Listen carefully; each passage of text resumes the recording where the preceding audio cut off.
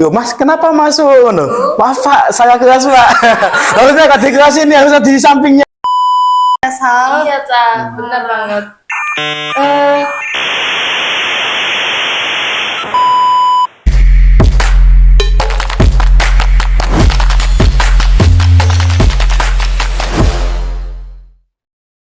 Assalamualaikum warahmatullahi wabarakatuh. Waalaikumsalam warahmatullahi wabarakatuh. Halo Sobat Notify, selamat datang di podcast Notify Clip. Tempat kita ngobrol santai tapi tetap berbobot. Yeay. Bersama saya Salsabila Wali Alabida Dan saya Dewi Cahya Oktaviani. Hari ini kita kedatangan narasumber yang pastinya udah berpengalaman banget di dunia perkuliahan dan organisasi, Yaitu Kakak Heru Febriansyah.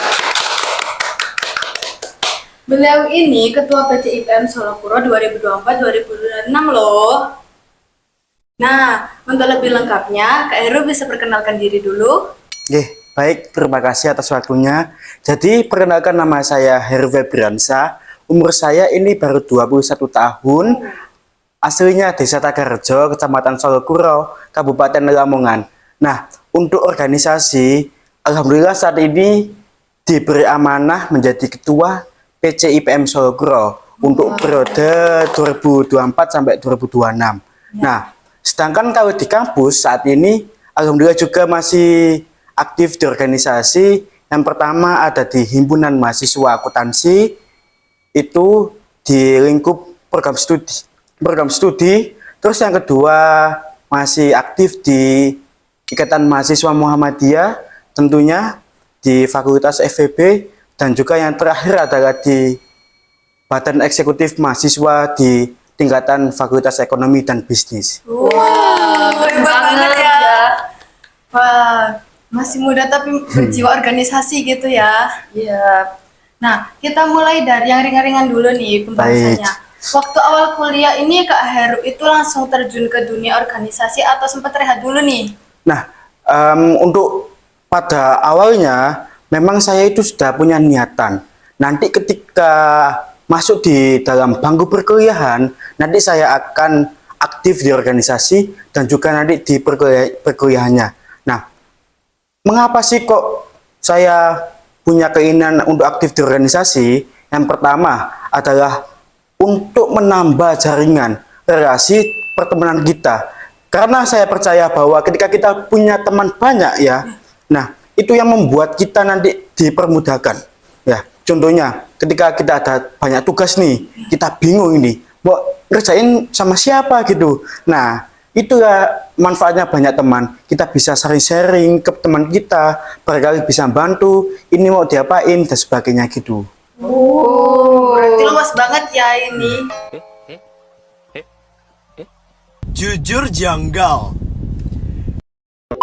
Hebat banget ya Kak Heru ini. Wah, kalau kira-kira selama menjalani dua-duanya ini, apa sih tantangan terbesar Kak Heru dalam menyeimbangkan kuliah dan organisasi?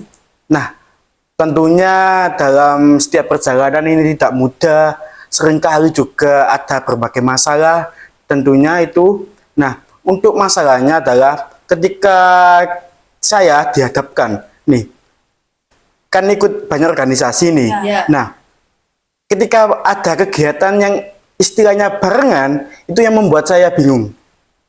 Apalagi ketika itu juga bertabrakan dengan jadwal perkuliahan. Deadline. Iya, dan sebagainya itu. Nah, dari sana harus ada salah satu nih yang harus saya kerjakan, dan salah satu juga yang harus dikorbankan, antara organisasi ataupun kuliahnya tadi, tentunya. Namun dari sana tetaplah untuk perkuliahan masih menjadi prioritas utama, yang organisasi ini bisa menjadi yang pilihan kedua gitu. Oh, nah ini tuh penting banget ya Kak. Gimana sih caranya ngatur waktu biar aman gitu loh organisasinya? Oh, untuk masalah mengatur waktu nih, tentunya kalau saya sih, ya ini yang sering saya lakukan adalah harus memiliki manajemen waktu yang baik. Manajemen waktu, bagaimana kita bisa mengontrol waktu kita. Kita harus tahu kapan waktunya kita untuk kuliah, kapan waktunya kita untuk organisasi, dan kapan waktunya kita untuk bekerja. Nah, itu yang menjadi yang paling utama, contoh nih, dalam seminggu ke depan, ya, kita harus bisa ngatur waktu kita. Contoh hari Sabtu, nanti kita ada kegiatan, ya udah kita nanti fokusnya di kegiatan organisasi itu. Terus Ahadnya gitu ada lagi, ya udah kita fokus di sana. Seninnya itu berarti kita harus fokus ke kuliah lagi, gitu. Jadi kita harus pinter-pinter untuk menata timeline kita. Bagaimana kegiatan ya satu minggu ke depan kita harus bisa mengatur itu dengan baik. Hebat Wah, banget. hebat banget Kak Heru ini, Ca. Kalau mungkin boleh minta tipsnya yang simple tapi efektif. Apa aja sih yang bisa kita lakukan biar gak keteteran? Nah, tipsnya adalah mungkin nih ketika kita sudah diberi tugas ya, tugas kuliah ataupun tugas organisasi, harus kita secepatnya untuk kerjakan. Karena kalau kita istilahnya menunda-nunda, nanti akan semuanya akan menumpuk dan kita akan bingung. Mana nih yang akan kita kerjakan dulu? Nah, jangan sampai banyaknya tugas itu yang menghambat pergerakan kita. Entah itu dalam perkuliahan ataupun dalam organisasi. Tapi pernah ke distract gak otaknya gitu, kayak lagi kuliah terus mikirin organisasi gitu? Ya, mungkin pernah ya, karena banyaknya acara, mungkin, aduh, jadi gak fokus juga kan, perkuliahannya ini dengerin dosen, tapi kita punya banyak pikiran mengenai organisasi, karena kegiatannya sudah dekat. Namun, ya, jangan sampai lah itu terjadi pada teman-teman sekalian di kemudian hari, gitu. Kalau biasanya itu kakak itu lebih prioritasin organisasi atau kuliah dulu?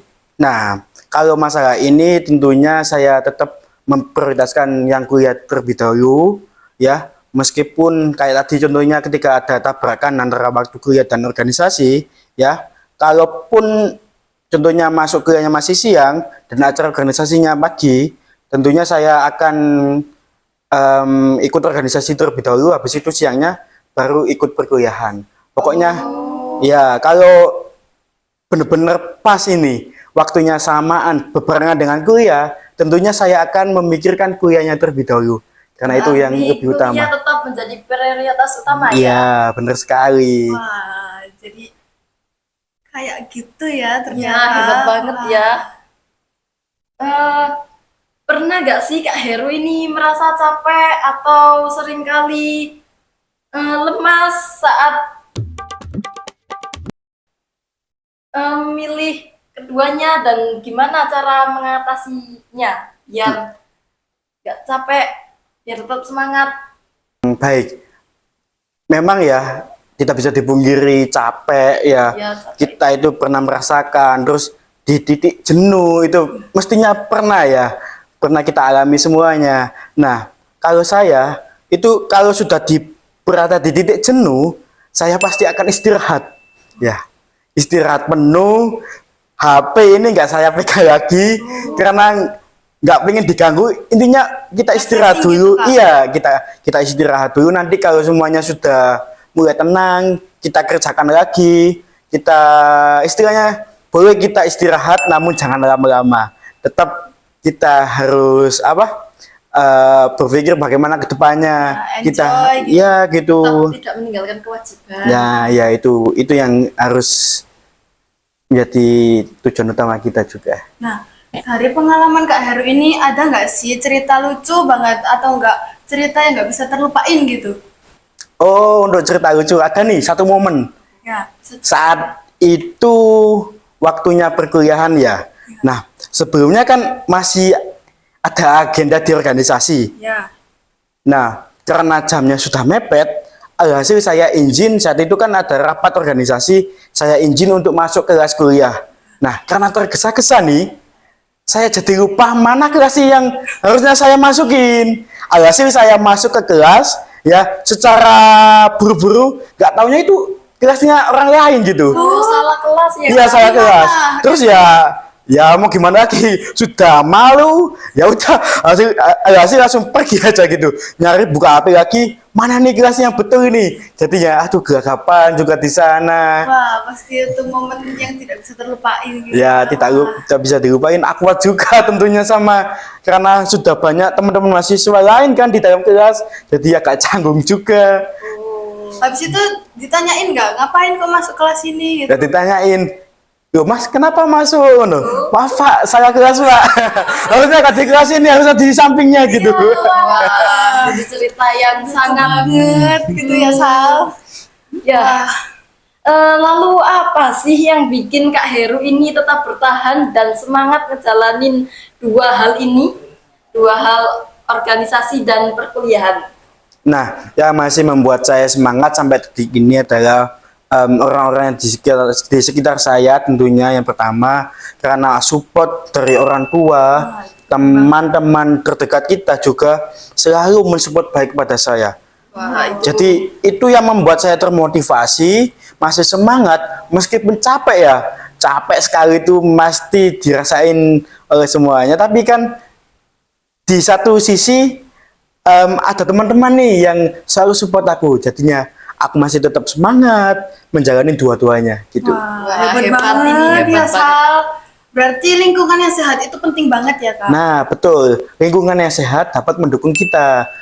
Pun sebaliknya, kalau lingkungannya ini istilahnya toksik, nah itu yang berbahaya bagi kita. Bisa jadi menghambat untuk kita untuk berkembang tadi. membuat perkembangan diri kita. Ya, Nah, menurut kakak ini kesalahan yang sering dilakukan mahasiswa atau pelajar aktif organisasi itu apa sih? nah kalau yang pernah saya alami dan mungkin curhatan dari teman-teman adalah ketika kita dikasih tugas perkuliahan, itu teman-teman aktif mahasiswa ataupun yang masih aktif di organisasi itu sering ini tidak ngerjain tugas terlebih dahulu gitu loh.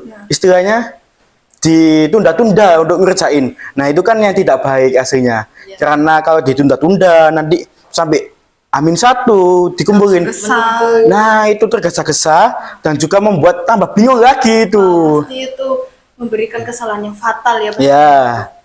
Mungkin itu juga yang pernah saya alami. Jadi dari sana saya mulai belajar ketika ada tugas, ya udah kerjain dulu, terlebih dahulu kita cicil sedikit demi sedikit gitu. Wah, ini hebat banget. Terakhir nih Kak, Ya. boleh kasih pesan atau saran buat sobat Notify yang lagi berjuang mengembangkan kuliah dan organisasi? Baik, mungkin ini tidak begitu banyak. Tentunya tetap semangat ya. Jangan lupa tujuan awal, kita harus punya tujuan. Sebelum masuk kuliah nanti, kita harus sudah punya tujuan. Nanti kita mau aktif, organisasi sama kuliah, itu yang menjadi poin utama. Kalau nanti misalnya kita sudah, istilahnya sudah mulai bosan, kita pasti harus ingat tujuan awal kita. Kenapa kok kita mau memilih jalan seperti ini? Dan juga jangan pernah untuk menunda-nunda tugas, itu yang paling utama. Karena kita sebagai mahasiswa juga kan harus belajar dan juga menyelesaikan pekerjaan kita nanti sampai akhir nanti. Wah, ini cerita yang sangat berkesan untuk semua orang dan juga bisa menjadikan pelajaran bagi kehidupan kita sehari-hari. Ya, bisa memotivasi kita ya, Sal. Iya, Ca, benar banget. Terima kasih ya untuk Kak Heru udah Iya, menyempatkan sama-sama. di sini, memberikan cerita, memberikan pengalaman.